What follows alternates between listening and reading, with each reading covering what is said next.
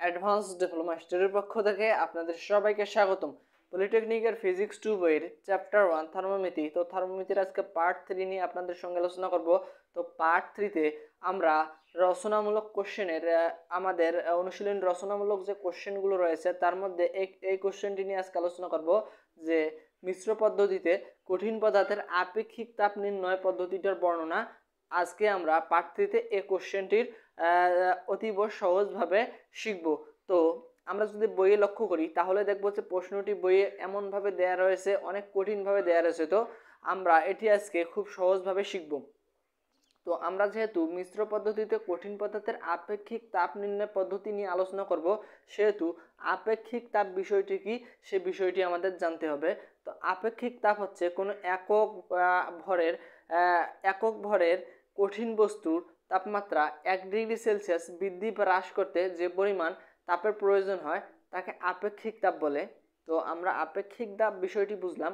তো আমাদের এই প্রশ্নটা সমাধান করার জন্য আমাদের একটি পরীক্ষণ করতে হয়, সে পরীক্ষণটার মাধ্যমে আমরা এই বিষয়টি জানতে পারি। তো আমরা শুরু করছি। তো আমরা উত্তর লিখে প্রথমে প্রশ্নটি আমরা সাজাই নেব। তো উত্তর লিখে আমরা শুরু করব। নিচে মিশ্র পদ্ধতিতে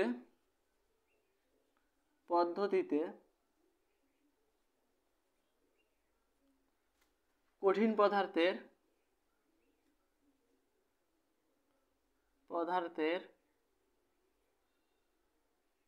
আপেক্ষিক তাপ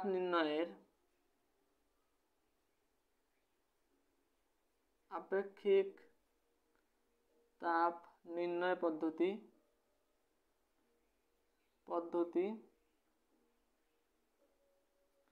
বর্ণনা করা হলো।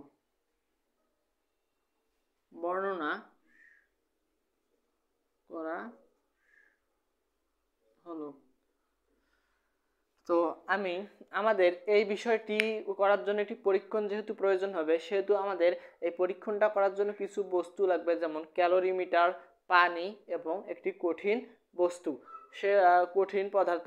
তো সেহেতু আমরা কার্যপ্রণালীটা এখন লিখব। কার্যপ্রণালীটা লেখার পর আমাদের যে বাকি কাজগুলো রয়েছে আমরা সেই অনুযায়ী করব। তো প্রথমে আমরা কার্যপ্রণালীটা লিখে নেব।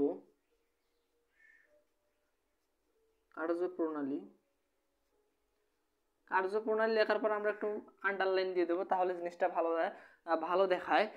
তো প্রথমে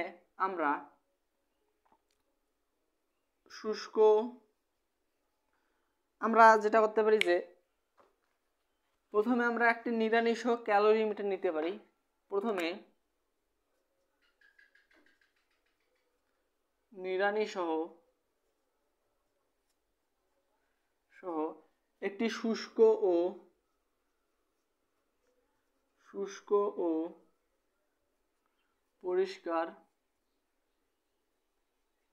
পরিষ্কার ক্যালোরিমিটার নেই।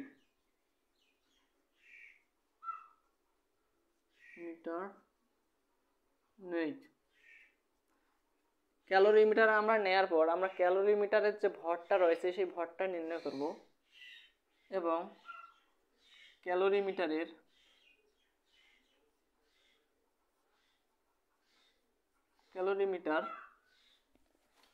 এর ভর নির্ণয়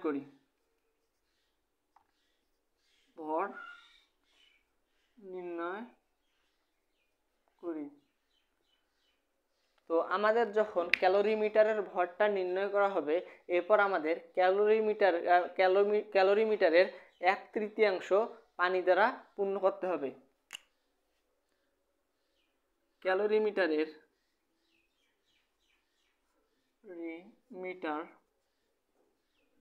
এর 1/3 পানি দ্বারা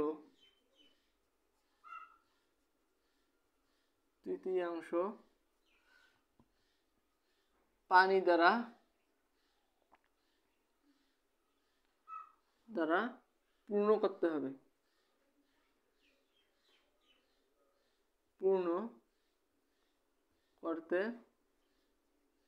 হবে। যখন আমাদের ক্যালোরিমিটারের 1/3 পানি দ্বারা পূর্ণ করা হবে, এরপর আমাদের পরবর্তী কাজ হচ্ছে যে ক্যালোরিমিটার এবং পানির প্রাথমিক যে তাপমাত্রাটা রয়েছে সে পানির তাপমাত্রাটা নির্ণয় করতে হবে। ক্যালোরিমিটার ও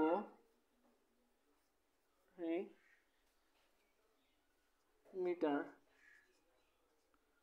ও পানির প্রাথমিক তাপমাত্রা নির্ণয় করি।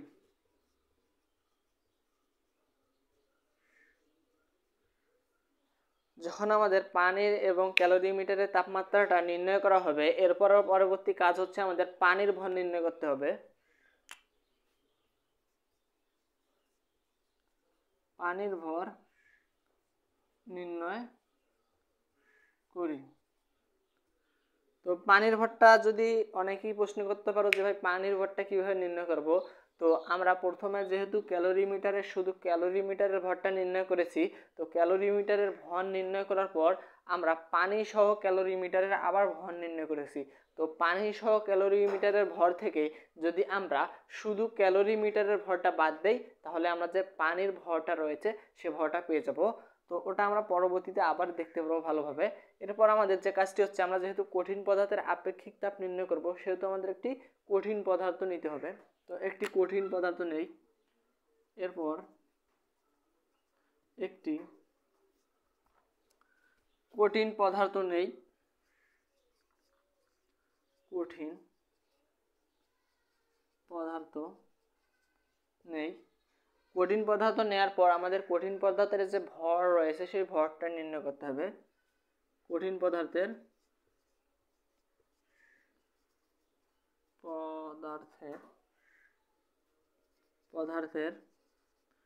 ভর নির্ণয় করি। তো আমাদের কঠিন পদার্থের ভর নির্ণয় করার পর কঠিন পদার্থের আমাদের যে তাপমাত্রাটা রয়েছে সেই তাপমাত্রাটা নির্ণয় করতে হবে। এরপর কঠিন পদার্থের তাপমাত্রা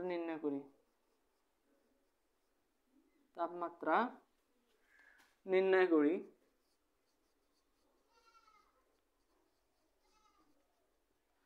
তো আমাদের যখন কঠিন পদার্থের তাপমাত্রাটা নির্ণয় করা হবে, কঠিন পদার্থের তাপমাত্রা নির্ণয় করার পর আমাদের কঠিন পদার্থকে উত্তপ্ত করতে হবে। এরপর কঠিন পদার্থটিকে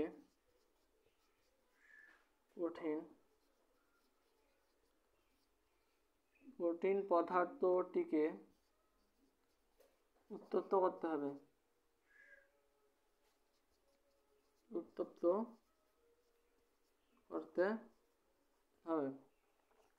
তো কঠিন পদার্থকে উত্তপ্ত করার পর আমাদের কঠিন পদার্থটিকে ক্যালোরিমিটার এর পানির মধ্যে ছেড়ে দিতে হবে।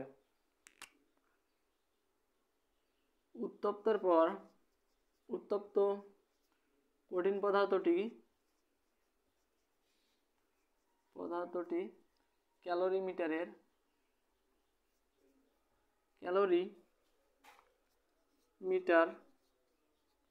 এর পানির মধ্যে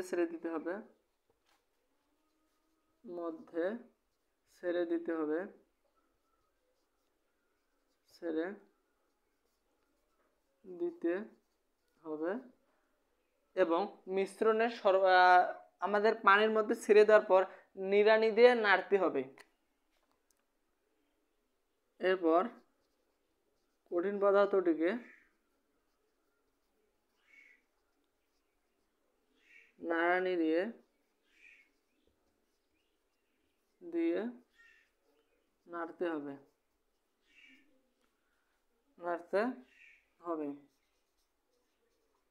তো আমাদের এরপর মিশ্রণের সর্বশেষ যে তাপমাত্রাটা রয়েছে সেই তাপমাত্রাটা নির্ণয় করতে হবে। মিশ্রণের সর্বশেষ তাপমাত্রা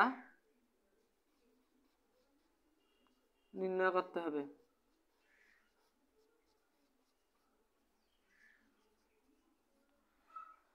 তো আমাদের মিশ্রণের পর আমরা সর্বশেষ তাপমাত্রাটা নির্ণয় করলাম। তো নির্ণয় করার পর এখন আমাদের যে হিসাবটা রয়েছে সেই হিসাবটা করতে হবে। তো আমরা এখন হিসাবটা করব। হিসাব লিখে আমরা শুরু করব।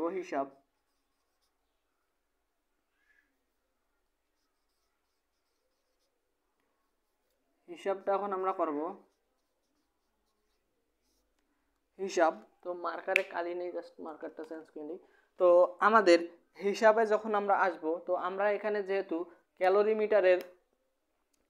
ক্যালোরিমিটারের মাধ্যমে মিশ্র পদ্ধতিতে আমরা যেহেতু আপেক্ষিক তাপ নির্ণয় করব, সেহেতু আমাদের এখানে আমরা কঠিন বস্তুর আপেক্ষিক তাপ নির্ণয় করব। তো আমরা কঠিন বস্তু দিয়ে কঠিন বস্তু এখানে কি করবে, কঠিন বস্তুটা আমাদের তাপকে বর্জন করবে এবং ক্যালোরিমিটার এবং পানি তাপটাকে গ্রহণ করবে। তো আমরা এখানে লিখতে পারি যে কঠিন বস্তুর বর্জিত তাপ, কঠিন বস্তুর বর্জিত তাপ। তো আমাদের এখানে কঠিন বস্তুটার আমাদের একটা কি রয়েছে, ভর রয়েছে। তো আমরা এখন কঠিন বস্তুটার ভর নেব, যে কঠিন বস্তুর ভর,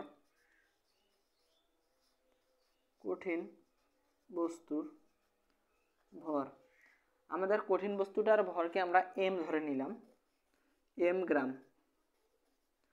কঠিন বস্তুর ভর আমাদের এম গ্রাম। আমাদের এই কঠিন বস্তুটার একটা কি রয়েছে, আপেক্ষিক তাপ রয়েছে। তো আমরা এটা নেব, কঠিন বস্তুর আপেক্ষিক তাপ, কঠিন বস্তুর আপেক্ষিক তাপ।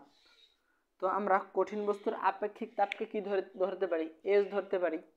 তো এস ক্যালোরি পার গ্রাম। তো আমরা কঠিন বস্তুর আপেক্ষিক তাপ ধরলাম ক্যালোরি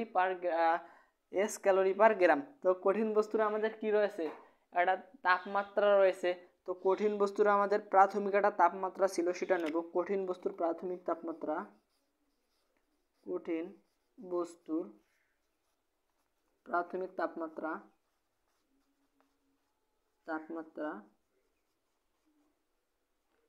হচ্ছে আমাদের টি ডিগ্রি সেলসিয়াস। এরপর আমাদের কঠিন বস্তুটা আমরা গরম করার পর যখন নাড়ানি দিয়ে নাড়লাম এবং সর্বশেষ একটা তাপমাত্রা নির্ণয় করলাম, অর্থাৎ সর্বশেষ যে তাপমাত্রাটা নির্ণয় করলাম, সে তাপমাত্রাটা নেব, যে মিশ্রণের সর্বশেষ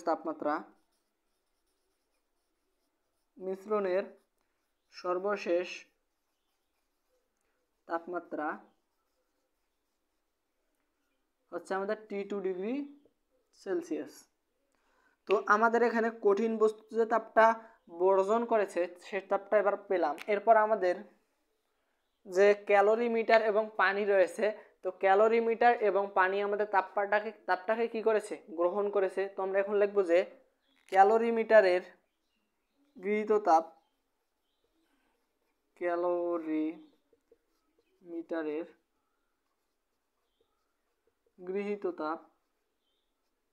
গৃহীত তাপ।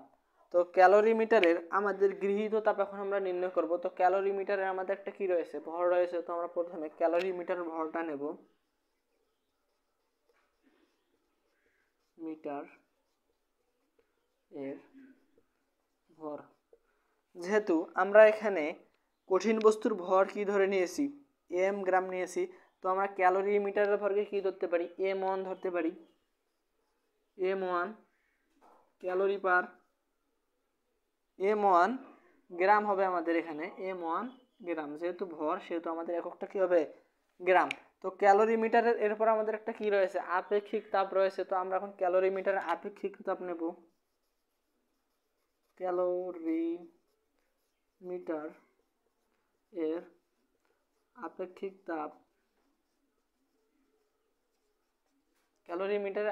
তাপ, আমরা এখানে যেহেতু কঠিন বস্তুর আপেক্ষিক তাপ এস ধরে নিয়েছি, তো আমরা এখানে ক্যালোরিমিটারের আপেক্ষিক তাপকে S1 ধরে নিলাম, S1 ক্যালোরি পার গ্রাম। এরপর আমাদের এখানে ক্যালোরিমিটারের আমাদের একটা প্রাথমিক তাপমাত্রা ছিল, সেটা নেব। ক্যালোরিমিটারের প্রাথমিক তাপমাত্রা, ক্যালোরিমিটার এর প্রাথমিক তাপমাত্রা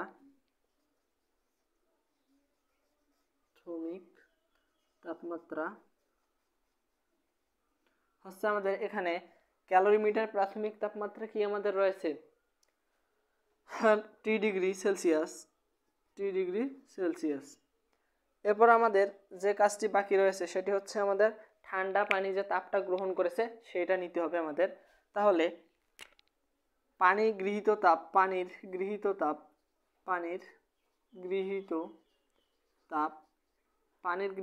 পানির আমাদের একটা ভর রয়েছে, তো আমরা প্রথমে ভরটা ধরে নেব। তো পানির ভর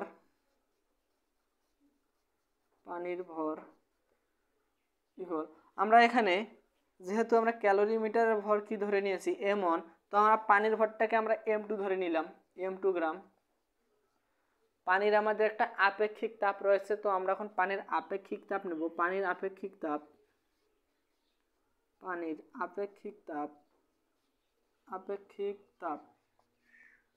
তো আমাদের এখানে ক্যালোরিমিটারের আপেক্ষিক তাপ ছিল কি S1, তো আমরা পানির আপেক্ষিক তাপকে S2 ধরে নিলাম, S2 ক্যালোরি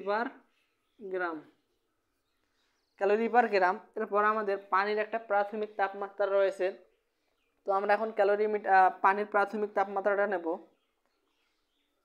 পানির প্রাথমিক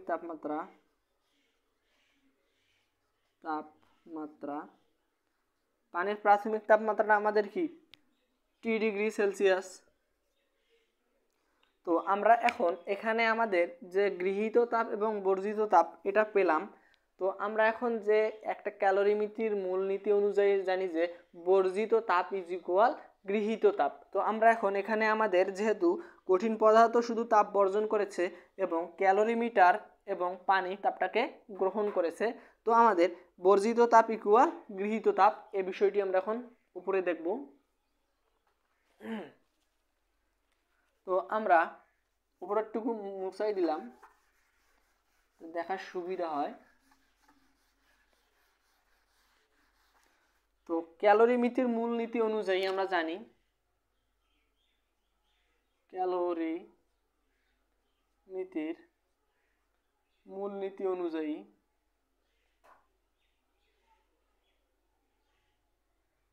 তো আমাদের এ বিষয়টি যাওয়ার আগে আমাদের একটা কাজ করতে হবে।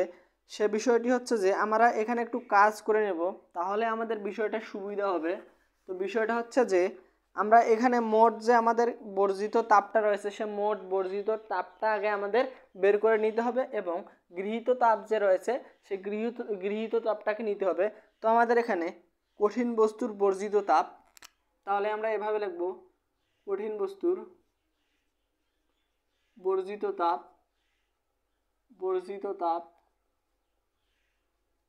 ইকুয়াল, বর্জিত তাপটা হবে আমাদের এরকম, ভর গুণন আপেক্ষিক তাপ গুণন তাপমাত্রার পার্থক্য।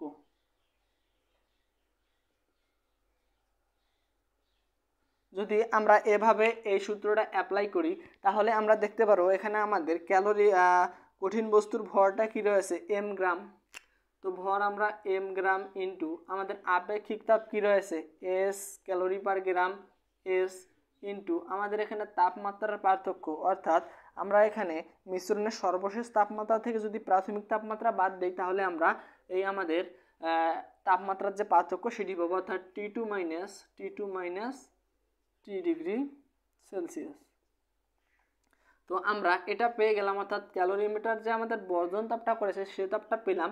এখন আমাদের এখানে গৃহীত তাপ যেটি রয়েছে, অর্থাৎ কঠিন বস্তুটা আমাদের এটা বর্জন করেছে এবং ক্যালোরিমিটার এবং পানি যে তাপটা গ্রহণ করেছে সেটি এখন আমরা বের করব। তো সেম ভাবে এখানে ক্যালোরিমিটার আমাদের মার্কারটা সমস্যা করতেছে। তো আমাদের যে আমরা এখন ক্যালোরিমিটার আমাদের যে তাপটা গ্রহণ করেছে সে তাপটা নেব। ক্যালোরিমিটারে গৃহীত তাপ, ক্যালোরিমিটার এ গৃহীত তাপ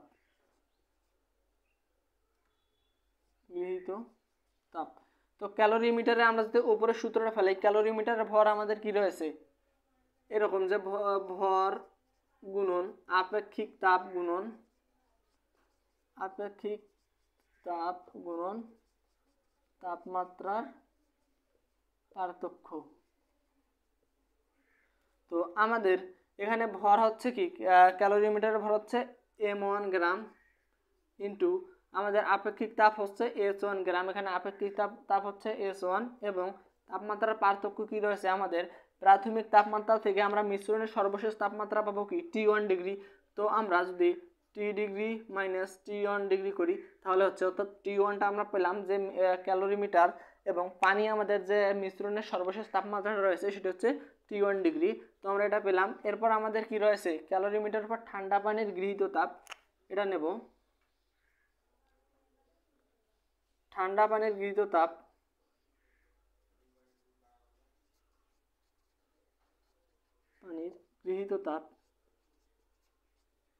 গৃহীত তাপ। তো ভর গুণন আপেক্ষিক তাপ গুণন তাপমাত্রা, ভর গুণন আপেক্ষিক তাপ গুণন তাপমাত্রা পার্থক্য। তো আমাদের এখানে ভর কি রয়েছে, ভর হচ্ছে আমাদের m2 গ্রাম ইন্টু আপেক্ষিক তাপ হচ্ছে S2, এরপর হচ্ছে ইন্টু আমাদের তাপমাত্রার পার্থক্য কি টি ডিগ্রি থেকে আমরা যদি T1 ডিগ্রি বিয়োগ করি সেলসিয়াস তাহলে আমরা কিন্তু পেয়ে যাচ্ছি, অর্থাৎ আমাদের মিশ্রণের সর্বশেষ তাপমাত্রাটা হবে কি T1 ডিগ্রি। জাস্ট এখানে এই আমাদের ক্যালোরিমিটার এবং পানির মিশ্রণের সর্বশেষ তাপমাত্রা হবে T1 ডিগ্রি সেলসিয়াস। তো আমরা এটা ধরে নিলাম। তো আমরা যদি তোমরা চাও যে এই সূত্রটি ভর গুণন আপেক্ষিক তাপ গুণন তাপমাত্রা এটা না লিখে ডিরেক্ট আমি যে এরকম এরকম এরকম করে যদি করি, অর্থাৎ আমাদের এই মানগুলো যদি আমরা এভাবে জাস্ট দিই তাও হবে। যদি তোমরা চাও যে ভর গুণন আপেক্ষিক তাপ গুণন তাপমাত্রা এই বিষয়টি লিখি তাহলেও হবে, সমস্যা নাই। এখন আমরা যে বিষয়টি আসছিলাম সেটি হচ্ছে যে ক্যালোরিমিতির মূলনীতি অনুযায়ী আমরা যেটা জানি, ক্যালোরিমিতির মূলনীতি অনুযায়ী আমরা জানি বর্জিত তাপ ইজ ইকুয়াল গৃহীত তাপ। তো আমরা এটা লিখবো যে বর্জিত ক্যালোরিমিতির মূলনীতি অনুযায়ী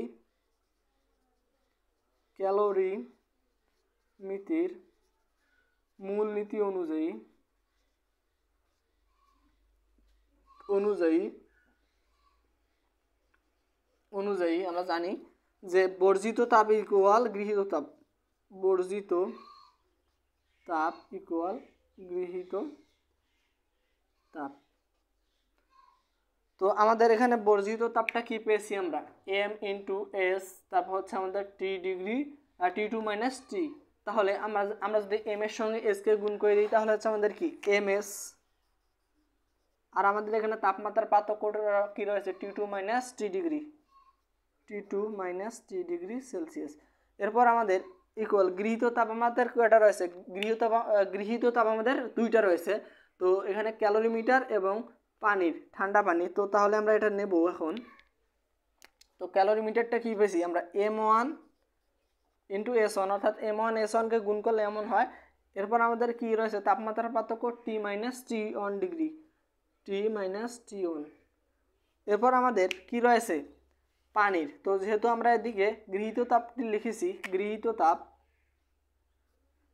তাপ লিখেছি, সেহেতু আমাদের গৃহীত তাপ এখানেও রয়েছে m2 এবং S2। আমরা m2 সঙ্গে যদি S2 গুণ করে দিই তাহলে এমন হচ্ছে যে m2 S2 আর এবং আমাদের তাপমাত্রার পার্থক্যটা কি হচ্ছে সেম এরকম হচ্ছে